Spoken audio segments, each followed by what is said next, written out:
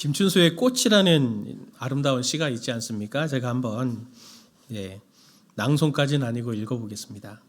내가 그의 이름을 불러주기 전에는 그는 다만 하나의 몸짓에 지나지 않았다. 내가 그의 이름을 불러주었을 때 그는 나에게로 와서 꽃이 되었다. 내가 그의 이름을 불러준 것처럼 나의 빛깔과 향기에 알맞는 누가 나의 이름을 불러다오. 그에게로 가서 나도 그의 꽃이 되고 싶다. 우리들은 모두 무엇이 되고 싶다. 너는 나에게, 나는 너에게 잊혀지지 않는 하나의 눈짓이 되고 싶다. 이 마음 따뜻해지는 이 시를 보면서 사람들이 참 마음의 이 공허함이라든지 또 함께함에 있어서의 그 따뜻함들 이런 것들을 또 느끼게 됩니다. 그리고 또 그런 것들이 얼마나 소중한지 보게 되는데 또 한편으로는 사람들이 참 철학적인 것들을 많이 또 사모하는구나 하는 그런 것들을 또 보게 됩니다. 오늘 말씀을 이렇게 좀 준비하기 위해서 기도를 이렇게 쭉 할 때 하나님께서 저한테 좀 그런 마음을 좀 주셨어요.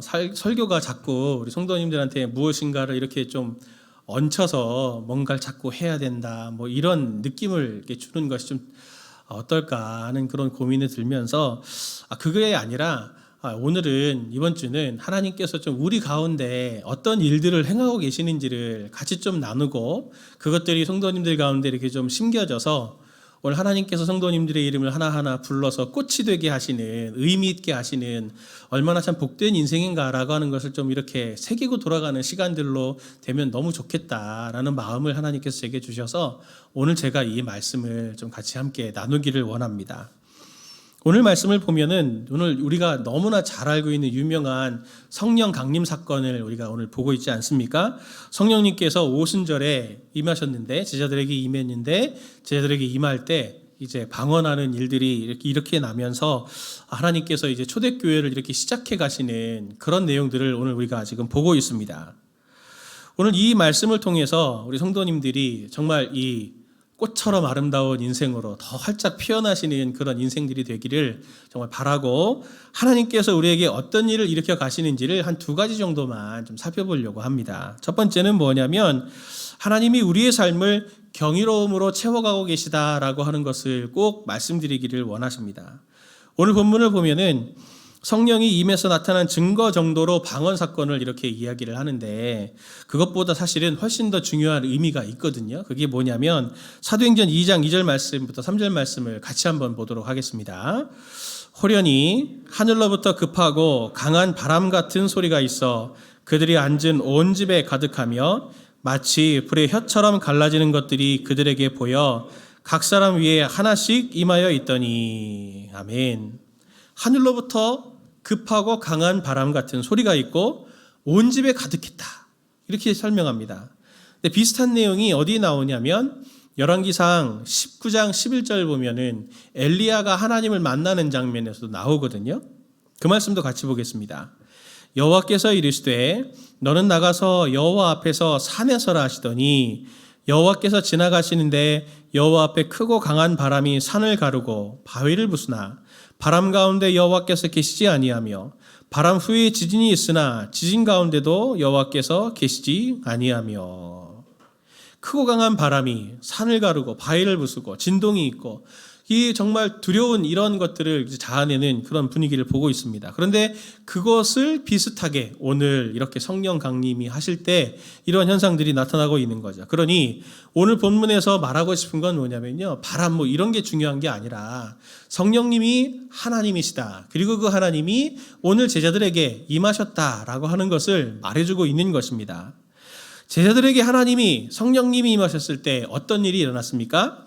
우리 개역 개정판을 보면은 우리가 읽은 성경의 개역 개정판이거든요. 3절 말씀 보면 마치 불의 혀처럼 갈라지는 것들이 그들에게 보여 각 사람 위에 하나씩 임하여 있더니라고 하지만 이 부분을 원문으로 번역을 하면은 직역을 하면 어떻게 지적이 되냐면 이렇게 지적이 됩니다. 그들에게 불같이 갈라지는 혀가 나타났다. 불같이 갈라지는 혀가 보였다라는 뜻입니다. 혀 아시죠? 혀. 그 혀입니다. 혀가 나타났다. 참 이상하죠. 예. 그런데 이게 그 이상한 것이 아닙니다. 이 사람들이 그렇게 이런 현상이 나타나서 한 게 뭡니까? 각 사람들이 각자의 방언으로 이야기를 하잖아요. 각 지방의 말로 말을 하는 거거든요. 사도행전 2장 9절부터 11절 말씀을 보면 이것에 대해서 설명을 합니다. 우리는 바디인과 메디인과 엘람인과 메소포타미아, 유대와 갑바도기아, 본도와 아시아, 부르기아와 밤빌리아, 애굽과 및 구레네에 가까운 리비아 여러 지방에 사는 사람들과 로마로부터 온 나그네 곧 유대인과 유대교에 들어온 사람들과 그리스인과 아라비안들이라 하면서 이 사람들이 말하고 있는 언어를 하나하나 이렇게 찝어가지고 여기다 다 기록을 해놨습니다. 여기 보면 오늘 우리가 보는 사람들의 입장에서는 뭐 여기가 어딘가 싶을 만큼 엄청나게 많은 지방 말들을 이 사람들이 지금 하고 있다라고 하는 걸 볼 수 있죠. 그런데 이 사람들이 하는 말이 뭡니까? 우리가 다 우리의 각 언어로 하나님의 큰일 말함을 듣는도다라고 말하고 있습니다. 한 무리의 사람들이 하나님의 영인 성령님을 받자 이 사람들이 각자의 다른 말을 막 하기 시작합니다. 그런데 어디서 많이 보던 그림 아닙니까? 이것과 반대되는 내용이 창세기 11장에 나오거든요. 창세기 11장을 보면은 사람들의 언어가 하나였을 때 이 사람들이 자 이제 우리가 흩어짐을 면하자. 탑을 깊게 쌓고 하늘에 닿게 해서 흩어짐을 면하게 하자 하면서 하나님을 대항합니다. 그때 하나님이 어떻게 하십니까? 그들의 언어를 혼잡하게 하셔서 그들을 흩어버리셨습니다. 땅에 다 흩어버리셨습니다. 오늘 본문은 어떻습니까? 성령님이 임하니까 정반대의 일이 일어났습니다. 성령님이 임하셔서 각 사람들 가운데 하나님의 영이 임해서 그들의 말이 바뀌었죠. 여기 말도 우리가 아까 혀라고 제가 말씀드렸지만 영어도 보면은 우리가 모국어를 뭐라고 합니까? 마더텅이라 그러잖아요. 혓바닥이라 그러잖아요. 엄마의 혀 이렇게 직역을 하면 그렇듯이 이 사람들이 그렇게 각 사람들의 그 네이티브 스피커처럼 모국어처럼 그렇게 지금 그 나라의 말을 하고 있는데 그 사람들이 말하는 내용은 하나입니다.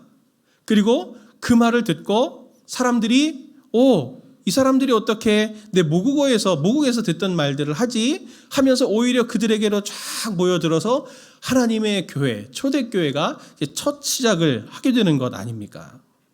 그들이 말함을 듣고 말은 다르지만 말하는 내용은 같은 그 내용을 듣고 하나님께 모여서 하나가 됩니다. 생각해 보십시오. 제자들을 한번 생각해 보십시오. 오늘 여기에도 같이 이렇게 성령 세례를 받은 이 제자들을 한번 생각해 보십시오. 이 제자들이 예수님을 따를 때 걸핏하면 하던 내용이 뭡니까? 누가 크냐 하면서 내가 크다 네가 크다 그러면서 서로 티격태격하는 경우들이 많았습니다. 그리고 우리가 또 잘 알듯이 또 요한과 야고보 이런 사람들은 좀 있는 사람들이었거든요.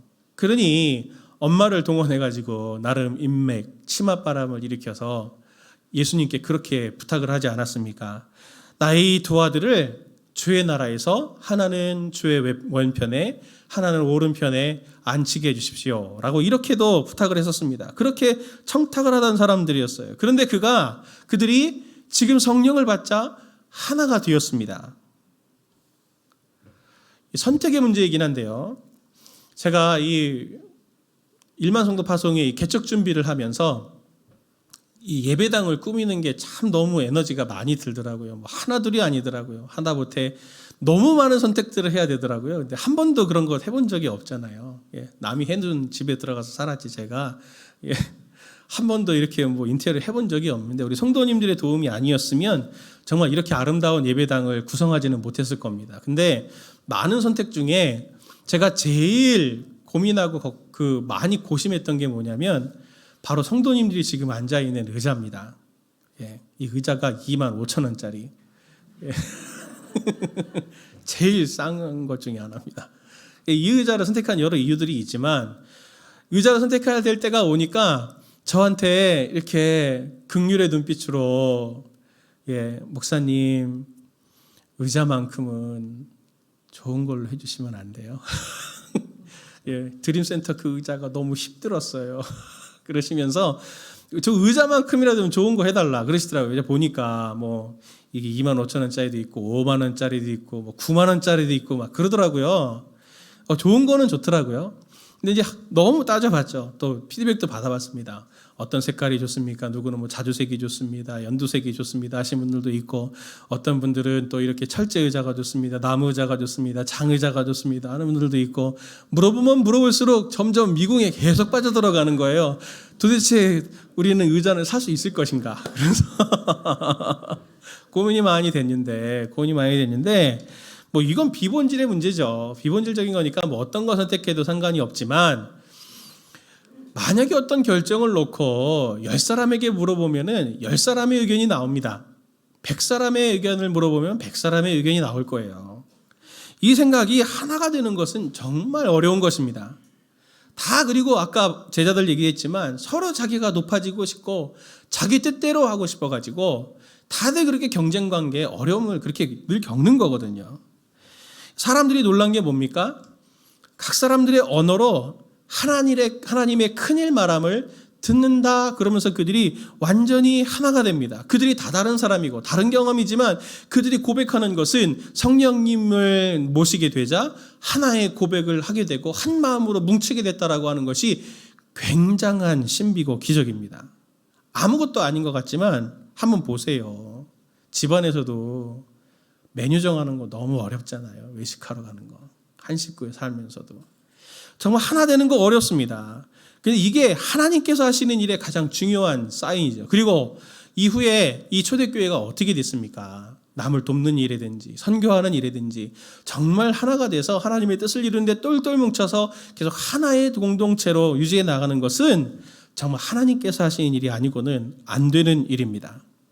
이들이 하나님의 성령을 받아서 본토말을 했다 그랬잖아요. 예. 제가 같이 동역했던 목사님 중에 영어를 정말 입 밖에도 꺼내지 않는 목사님이 있으셨어요. 그래서 영어를 나름 배웠는데 왜 영어를 안 하나 그랬더니 자기는 영어를 잘못 배웠다. 그래서 발음이 너무 안 좋다. 그래서 아니 발음 좋은 사람이 어딨냐 한번 해봐라. 그랬더니 영어 선생님이 어떻게 가르쳐줬냐면 이뜨 됐뜨 경상도식으로 이때를 이뜨 됐뜨 이렇게 가르쳐줘가지고 자기는 지금 그렇게밖에 얘기를 못한다. 그래서 내가 계속 놀리고 계속 듣고 싶었는데, 예. 그런 사람들이 본토 발음으로 막 말하는 것도 신기한 일이지만 더 신기한 것은 그 사람들이 다 한 가지의 내용으로 말을 하며 그리고 그들이 다 그 한 가지로 마음이 모아져서 하나가 되었다라고 하는 게 정말 신비로운 것입니다. 다락방 안에서 나눔을 한번 가서 보시면 다들 아마 그런 것들 느끼실 거잖아요. 저 사람이 사는 문제, 저 사람들이 겪고 있는 문제들, 그런 것들 속에서 그분들이 어떻게 그것을 대하고 있고 그것을 어떻게 극복하고 있고 또 그것을 어떻게 극복했는지를 보면 하나님께서 내게 그렇게 넘게 하셨던 방법과 하나님께서 그렇게 내게 주셨던 은혜들을 똑같이 하나님께서 그들에게도 베풀어 주셔서 넘게 하셨습니다. 그리고 내가 겪지 못한 문제들, 내가 아직 넘지 못한 문제들은 그 지체들을 보면서 넘게 하신 것을 보면서 아, 나도 저렇게 넘을 수 있겠구나라고 하는 기대와 소망, 그리고 하나님 앞에 결단으로 나가게 하는 것들을 보죠. 하나님께서 각각 성도님들에게 같은 한 성령님을 보내주셨기 때문에 그런 것이고, 우리가 다 똑같은 하나님을 믿기 때문에 우리가 그렇게 같은 삶과 같은 어려운 문제들을 극복해 나갈 수 있는 은혜들을 받게 되는 겁니다. 우리 교회 성도들을 보면서 제가 참 감사하고 또 개척 준비를 하면서 여기까지 오면서 우리 교회가 정말 복된 교회다라고 하는 것들을 제가 이렇게 느끼게 된 경험들이 몇 가지가 있는데, 그 중에 하나가 뭐냐면 하나님이 우리 교회에 은혜를 부어주고 계시다라고 하는 걸 제가 뭘 통해서 보냐면, 성도님들이 뭐 다락방이든지 부서 안에서든지 또 교회 더 중요한 결정들을 해나가는 운영위원회 안에서 우리 성도님들과 같이 이런 것들을 의논해 갈 때 개인적인 주장 때문에 갈등이나 이런 것들이 정말 거의 없었다라고 하는 겁니다. 어떤 상황들이 생겨서 갈등이 생길 것 같은 상황에도 하나님께서 각 사람들에게 본질이 무엇인가 라고 하는 것들을 알게 하시더라고요. 제가 따로 뭔가 개입하지 않아도 하나님이 그렇게 알게 하셔서 다시 그것들을 본질을 가지고 고민하면서, 그리고 또 어떤 것이 하나님께 영광이 되는 것인가, 어떤 것이 교회가 건강하게 세워지는데 필요한 것인가 라고 하는 것들을 중심을 잘 잡고 계셔가지고 성도님들이 다른 생각들을 갖고 이렇게 모이잖아요. 그러면 그게 갈등이 되는 게 아니고 이게 오히려 어떻게 되냐면 중심이 딱 하나가 돼 있으니까, 한 마음으로 돼 있으니까 거기에 이렇게 살이 붙는 거예요. 더 풍성해지는 거예요. 사역이 점점 풍성해져서 생각했던 것보다도 훨씬 더 좋은 결과물들이 이렇게 나와서 이렇게 지금 오늘 우리가 좋은 예배당에서 함께 예배드리게 되고 은혜롭게 저희가 오늘 하나님을 섬기게 되는 것입니다. 제가 주중에 몇 주 전에 좀 이렇게 우리 순장님들 중에 몇 분하고 같이 이렇게 좀 마음을 나눴어요. 그래서 이 순장님들이 마음의 결단을 해서 다음 주부터는 어떤 사역을 시작할 거냐면은 우리 순장님들하고 수능분들하고 이렇게 돌아가면서 우리 성도님들을 위해서 이렇게 이동식 카페테리아라고 하긴 조금 그렇고 카트를 운영합니다. 예, 그래서 음료하고 도너츠 이런 것들 간단하게 이렇게 나눠드릴 거예요. 이걸 어떻게 하기로 했냐면 제가 이제 분립하고 이렇게 예배를 드리면서 성도님들하고 이렇게 인사드리고 이렇게 하는데 너무 가시기가 바쁘고 또 코로나나 뭐 여러 가지 다른 상황들이 있어서 제가 식사 교제나 이런 것들이 또 잘 안 되니까 좀 이렇게 서 계시고 아이들 기다리고 하는 우리 부모님들이 좀 이렇게 굉장히 서로 같은 교인인데 서로 이렇게 그냥 뭐라 그럴까요? 요즘 말로 뻘쭘하다 그럴까요? 그게 되게 마음이 아프더라고요. 우리 한 교회인데 저도 막 100명 되는 교회 있어봤고 300명 되는 교회 있어봤고 해서 얼마나 참 이렇게 끈끈하고 아유 뭐 지난주에 잘 지냈어요? 뭐 누구누구는 어땠어요? 뭐 이런 얘기들을 막 오가고 하는 그런 것들이 너무 따뜻한 이런 분위기가 이렇게 돼야 되는데 아직 저희들이 이렇게 아직 그런 시간들을 충분히 갖지 못했기 때문에 또 서로가 이렇게 예의를 지켜서 서로를 존중해주는 태도로 무시해서가 아니라 제가 그렇게 하는 게 좀 마음이 아파서 이걸 좀 어떻게 좀 계기를 하나 마련해가지고 같이 성도님들이 이렇게 좀 대화도 하고 하는 그런 시간들을 좀 가지면 좋겠다 해서 식사를 생각했었거든요. 식사를 시작합시다. 6월부터는 우리 식사를 하면 어떻겠어요? 제가 그랬는데 제가 이 마음을 이렇게 나눠가지고 순장님들하고 얘기를 나누면서 이런저런 상황들을 쭉 고려하면서 균형 잡힌 아이디어들, 더 풍성한 제가 생각하지 않았던 풍성한 이 아이디어가 이렇게 나와가지고 우리 순장님들이 또 성도님들하고 섬기면서도 섬김의 기쁨이 있고 또 너무 힘들지도 않고 그러면서도 우리 성도님들하고 가볍게 같이 또 이렇게 서로 교제할 수 있는 장들을 이렇게 마련할 수 있는 아이디어들을 우리 순장님들이 이렇게 낸 걸 보면서 제가 박수를 치면서 너무 하나님께 감사했잖아요. 그분들은 같이 자기의 고민들 가지고 어떻게 이걸 이벤트를 만들어 볼까, 사역을 만들어 볼까 논의하면서 막 그렇게 하셨지만 해갖고 저한테 이렇게 설명해 주시는 거를 보면서 역시 내가 혼자 한 것보다도 훨씬 더 많은 풍성한 이런 사역들이 되겠구나. 얼마나 많은 사랑과 마음들이 흘러갈까. 얼마나 재밌고 즐거울까. 그 생각이 드니까 제가 이분들에게 하나님께서 성령께서 이렇게 그것들을 만들어 가셨다라고 하는 거 인정할 수밖에 없게 되더라고요. 정말 하나님께 제가 감사하고 이게 공동체지. 이게 영적인 가족이지. 제가 그 생각이 들면서 하나님께 너무 감사한 마음을 고백을 하게 된 그 기억이 있습니다. 도너츠 하나, 음료 하나 꼭 가져가세요. 그리고 받으면 꼭 그분에게 고맙습니다. 당연히 하시겠지만 같이 이렇게 드시는 분들하고 같이 이렇게 서로 이야기하면서 누구누구 엄마세요. 저는 누구누구 다녀요. 어디 다녀요. 이렇게 같이 말 한마디라도 따뜻하게 한번 건네보세요. 이렇게 도너츠 하나 드시면서 같이 그렇게 저희들이 하나가 돼가는 노력들을 하셔가지고 우리 성도님들이 행복해지셨으면 좋겠습니다. 관계적으로도. 근데 더 놀라운 게 있어요. 성령님께서 성도님들을 하나가 되게 하시는 그 기적을 일으키실 뿐만 아니라 하나님이 성령님을 소유한 사람들에게 어떤 일을 일으키시냐면 성도님들의 개인적인 삶이 변화되게 하십니다. 교회에서 사역하면서 거기서 배운 사역의 원리들을 가지고 자기 삶에 적용해 나가기 시작하는 거예요. 제가 어떤 회계, 재정 이런 것들 이렇게 섬기는 분을 제가 압니다. 이제 그것들을 제가 이렇게 보면서 이분이 이게 교회 헌금으로 재정을 쓰는 거잖아요. 그러니 한 푼이라도 정말 아껴서 잘 써야지. 아끼는 게 사명이 아니라 잘 쓰는 게 목표잖아요. 성도님들이 헌금한 거는 적금하려고 저희한테 하시는 게 아니라 하나님 나라 일에 잘 쓰라고 하신 거예요. 잘 써야 되는데 원칙 간단하지 않습니까? 이거 뭔가 물건을 사야 된다 그래. 이게 필요한가 안 필요한가? 그리고 만약에 어떤 걸 산다, 필요해서 산다 그러면 이게 적절한가 적절하지 않은가? 그래서 제가 고민한 게 그 의자거든요. 25,000원인데 똑같은 철제인데 5만 원짜리가 있더라고요. 그래서 25,000원과 5만 원의 차이는 뭔가 막 엄청 따져보고 앉아다 보고 샘플 갖고 와라 해보기도 하고 막 이런 것들 저도 그렇게 했었는데 이분도 적절한가 아닌가 이런 고민들을 이제 한 거예요.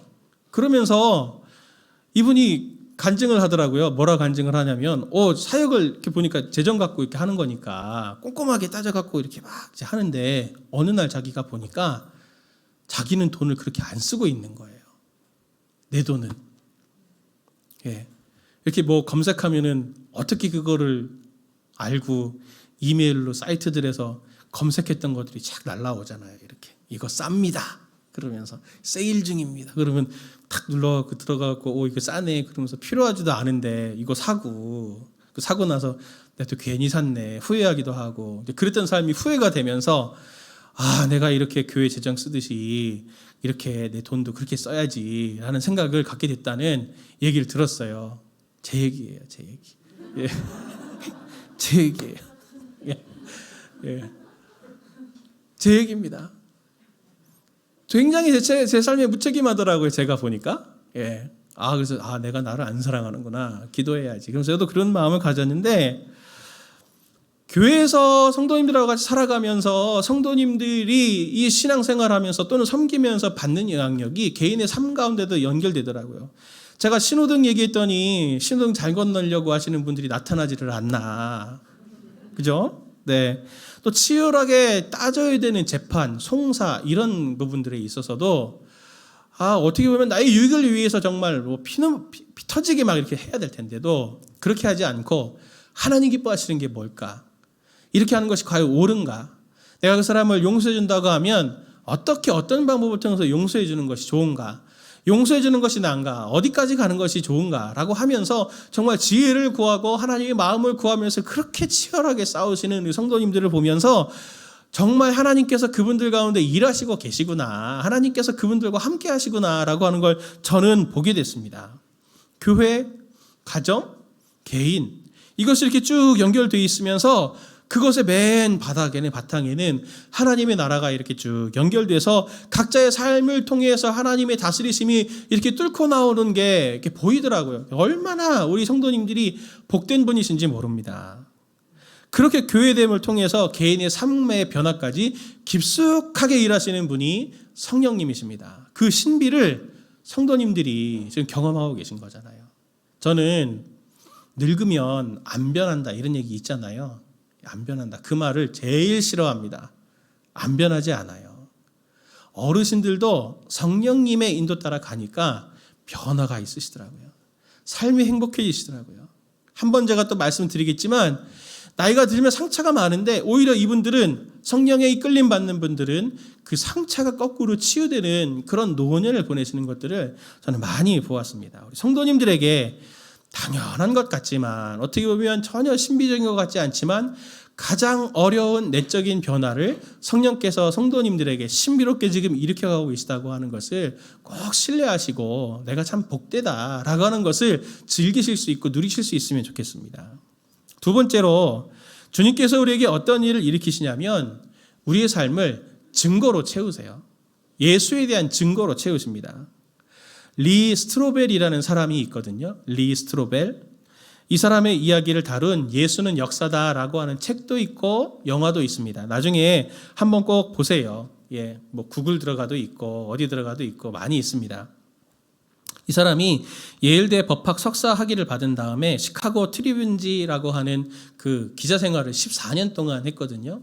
그러니까 이 사람이 아주 똑똑하고 아주 실력 있는 사람입니다. 그래서 나는 실제로 있는 것, 눈에 보이는 것, 만질 수 있는 것, 곧 사실을 통해서만 진실로 갈 수 있다고 난 믿는다. 이렇게 믿고 아주 탐사 취재 이런 걸 아주 진짜 잘하는 사람이에요. 그런데 어떤 계기가 돼가지고 자기 개인의 계기가 돼서 예수님의 부활과 이 복음서에 대한 내용을 이게 무신론자예요, 이분이. 그러니 이 허구를 내가 밝혀버리라 내가 한번. 말도 안 되는 이야기. 무슨 죽은 사람이 어떻게 다시 살아나. 그리고 다 복음서는 뻥이지. 하면서 이제 그거를 내가 밝혀내리라 하고 정말 수십 명의 학자들, 고고학자들 이런 사람들을 찾아서 계속 인터뷰를 하거든요. 그런데 이 사람이 고고학 그 내용 중에 그게 나옵니다. 고고학과 사본학을 하는 교수를 찾아가서 거기에 부활에 대한 부분들을 이제 학문적으로 따지기 시작하거든요. 근데 이 교수가 알려주는 게 뭐냐면 그 일리아드와 오디세이 아시죠? 이름은 들어보셨죠? 그리스인들에게는 이게 거의 성경 같은 그런 책이거든요. 근데 그거에 대한 사본이 현재까지는 1565권의 현재까지 사본이 있대요. 그런데 고고학자들이 지금껏 그리스어 신약 필사본이 어느 정도 분량이 되냐면 5843권을 발견했다고 합니다.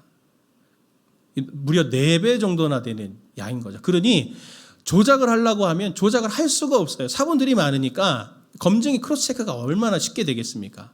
그리고 이 신약의 첫 사본이 나온 게 언제냐면은 30년 차이예요. 30년 차이. 그러니 예수님이 부활하신 사건과 첫 사본이 나온 게 30년 차이면은 거의 예수님이 같이 살았던 사람들이 같이 다 있었던 때에 사본이 나온 거잖아요. 그러니 거짓말을 할 수가 없는 거거든요. 그런 얘기를 하면서 소포클레스의 사본이 100개가 있고 플라톤의 사부국 사본이 7개가 있고 아리스토텔레스에 대한 내용이 5개가 있는데 아리스토텔레스 사본을 쌓아 올리면 1.2m쯤 된다. 근데 신약 사본을 쭉 쌓으면 어느 정도 되냐면 1600m나 된다 하면서 사본학적으로 이 이야기가 거짓이라고 하면은 이거를 정말 코미디일 수밖에 없다고, 학문적으로 들여다봐도 이게 정말 사실이다라고 하는 걸 인정할 수밖에 없다라는 얘기를 합니다. 오늘 성령을 받아서 방언하고 있는 이 120명의 제자들을 보십시오. 예수님을 따라다녔던 사람들입니다. 이 사람들이 지금 하나님의 큰일을 지금 말하고 있어요. 이 사람들이 구체적으로 지금 말하는 내용이 베드로의 설교의 핵심의 내용인데 그게 뭐냐면 바로 예수님의 부활이거든요. 근데 예수님의 부활에 대해서 바울도 고린도전서에서 예수님의 부활을 경험한 사람이 500명 정도 된다 이런 얘기를 해요. 그들 모두가 다른 삶들을 살지만 그들의 삶 속에서 하나님을 만났을 때 그들의 고백이 동일하고 그 수가 500명이다라고 하면은 믿지 않을 이유가 없잖아요. 믿지 않을 이유가 없습니다. 그들의 존재 자체가, 그들의 수 자체가 예수님의 부활의 증거가 되는 거죠. 사도행전 2장 36절 말씀을 같이 한번 보도록 하겠습니다. 같이 봅니다. 시작. 그런즉 이스라엘 온 집은 확실히 알지니 너희가 십자가에 못 박은 이 예수를 하나님이 주와 그리스도가 되게 하셨느니라 하니라. 이 사람들이 고백하는 게 그분이 나의 주인, 나의 메시아, 나의 그리스도다라고 하는 이 고백을 하고 있어요. 제가 요즘에 다락방 신방을 시작했거든요. 너무 좋습니다. 오랜만에, 정말 오랜만에 대면으로 이렇게 다락방 신방을 하니 그래 이것이 다락방이지 그러면서 저도 너무 좋더라고요. 근데 다락방 신방을 하다가 10년 전쯤 분당 우리교회 처음 부임했을 때 제가 이렇게 있었던 일이 생각이 났어요. 분당 우리교회 처음 이렇게 부임하니까 제 동기 목사 중에 한 분이 저를 이렇게 보면서 만났을 때 제가 여기 사역하는 걸 알고 야, 1만 성도 파송운동이 되겠냐 그게. 이찬수 목사님을 떠나고 포기해서 그 교회를 가겠니? 그렇게 아주 싸늘하게 비웃음이 섞인 그 말을 들으면서 그 표정이 아직도 제 머릿속에 아주 각인이 되어 있습니다. 제가 지난주에 주중에 설립 예배 초청장을 보내줬어요. 그분에게. 예, 그때 웃었지. 그러면서 제가 보내줬어요. 이분들이 왜 그 좋은 교회를 두고 분립교회로 가겠습니까? 성도님들이. 아직도 저도 신기해요. 가보면. 근데 한 분 한 분 신방을 해보고 또 다락방 신방하면서 자연스럽게 또 그런 이야기들이 나오는데 성도님들이 당연히 갈등을 하죠. 당연히 갈등을 안 하겠습니까? 신앙에서 교회가 얼마나 중요한데요. 갈등이 있고 고민이 있는데 그 과정에서 하나님이 어떤 과정으로 마음을 주셨고 또 어떤 마음으로 하나님이 확신을 주셨고 또 우리 교회에 와서 같이 이렇게 예배도 드리고 다락방을 하면서 하나님께서 내게 주신 확신 이런 것들에 대한 이야기들을 성도님들이 하시더라고요. 근데 다 달라요. 다 달라. 그런데 그들에게 하나님께서 주신 건 뭡니까? 다 동일하게 하나님의 이 일을 이루기 위해서 내가 동참해야 되겠다라고 하는 그 마음을 하나님께서 주신 거 아닙니까? 아마 여기 있는 분들도 물어보면은 다 한마디씩 하실 거예요. 저도요 이런 과정이 있었고요. 이런 고민이 있었는데 하나님이 이렇게 해서 저는 오늘 이렇게 여기 있게 되었어요. 라고 하는 얘기들을 이렇게 지금 쭉 나누시면은 성도님들의 이야기들을 통해서 하나님이 없다라고 말하는 사람들이 있을 수 있겠습니까? 하나님이 안 계시다라고 하나님이 살아계시지 않다 이렇게 말할 수 있겠습니까? 한두 명도 아니고 여기 이렇게 많은 성도님들, 이 자리에 있는 성도님들만으로도 하나님이 지금 우리들 가운데 일하시고 불가능한 일들을 행하신다라고 하는 것을 증명하는 공동체가 바로 성도님들 한 분 한 분 아니십니까? 초대교회에는 성령의 일하심이 500여 명의 사람들이 있었어요. 근데 1만 성도 파송에는 적어도 우리 교회 같은 교회가 28개가 지금 더 있습니다. 하나님께서 우리를 통해서 놀라운 일들, 단지 교회 하나 구성해서 건강한 공동체 만드는 것이 아니라 꿈 넘어 꿈을 꾸고, 그리고 지금은 비록 교회를 구성해 가야 되기 때문에 지금은 당장은 하지 못하지만 꿈 넘어 꿈을 꾸고 지역사회와 그리고 한국교회를 섬기기 위해서 우리가 하나님께서 이 일들을 이렇게 가시겠구나라고 하는 것들을 더 소망으로 우리가 품게 되지 않겠습니까? 저는 분명히 봐요. 우리 성도님들을 제가 보면서, 오늘도 이렇게 예배드리는 성도님들을 보면서 한국교회에 여전히 하나님의 등불은 꺼지지 않았구나. 하나님께서 우리를 통해서 그렇게 하나님의 일들이 이렇게 가시겠구나 라고 하는 확신이 있고, 그걸 위해서 저도 계속 기도하고 있습니다. 오늘 초대교회 사람들이 한 게 뭡니까? 오늘 초대교회 사람들이 한 것은 없어요. 그들에게 성령님이 임한 것뿐이죠. 이찬수 목사님이 저희 부교육자들을, 특히 파송 참여하는 교육자들을 많이 지도해 주셨습니다. 예, 많이 지도해 주셨어요. 예, 이렇게 포지티브한 말로. 예, 많이 혼났습니다. 많이 혼나고. 니들이 예, 많이 혼났는데, 그때 목사님이 저희들한테 하셨던 얘기가 다 새록새록 다 이제 추억이 되면서 양약이 되는데, 저한테 이렇게 가슴에 탁 남는 한 말씀이 있어요. 내가 분당 우리 교회 담임 목사로서 어떻게 섬겨서 오늘까지 이렇게 오게 됐는지 아느냐. 내가 뭐 잘한 게 있어서가 아니다. 그러면서 내가 이 사역의 원리를 설명해 준다. 그러면서 목사님 무슨 얘기를 하셨냐면, 담임 목사로서 성령님이 하시려고 하는 거를 방해만 하지 않으면 된다. 성령님이 반드시 일을 하실 텐데 목사가 거기에서 그 물꼬를 틀어막지만 않으면 돼. 그러면 교회가 하나님의 뜻대로 이루어가게 될 거야. 그 얘기를 저한테, 우리 교육자들한테도 해주셨거든요. 제가 그게 굉장히 마음에 가슴에 많이 남습니다. 늘 그걸 생각해요. 사랑하는 성도님들, 저에게만 그렇다고 생각하지 않습니다. 성도님들은 성령님은 저에게만 주신 게 아니잖아요. 성도님들에게도 주셨잖아요. 성도님들에게 성령님을 주셔서 삶의 한 부분의 왕권을 가지게 하시고 재량권을 주시고, 하나님이 성도님들에게 하실 일들이 있어서 오늘 그 자리에 세우셨는데, 성도님들이 하실 일은 뭡니까? 뭘 하려고 하지 마시고 성령님께서 하시려고 하는 것들을 그냥 하시게 하면 됩니다. 그게 성령 충만이에요. 오늘 하나님은 성도님들 한 분 한 분에게 뜻을 가지고 계십니다. 그 뜻을 이루기를 원하세요. 그리고 그 뜻은 우리의 생각과 수준을 훨씬 뛰어넘는 아름다운 것이고 생명력 충만한 것임을 저는 믿습니다. 성령님이 성도님들을 그렇게 이끌어 가려고 하실 때 그냥 그분께 키를 내어 드리세요. 키를 내어 드리세요. 성도님들에게 하나님께서 이미 그렇게 하시듯이 자꾸 자기 고집을 세우지 마시고, 주님이 주시는 마음으로 무엇이 주님이 기뻐하시는 것일까라고 하는 것 생각하면서 그렇게 따라가는 그것이 바로 성령 충만입니다. 그것이 성령 충만입니다. 성도님들께 부탁을 좀 드리겠습니다. 이제 이번 주 토요일에 교회 설립 감사 예배를 저희가 드리잖아요. 예. 그때 우리 교단에서 이 설립 예배는 노회가 주관을 합니다. 교단 노회가 주관을 해서 이제 이 교회가 이렇게 세워졌습니다라고 하는 공포도 하고 하는 그러한 특별한 감사의 예배로 하나님 앞에 올려드리는데, 제가 이 예배를 위해서 기도하고 있는 게 있어요. 뭐냐면, 저도 설립 예배들 많이 다녀봤거든요.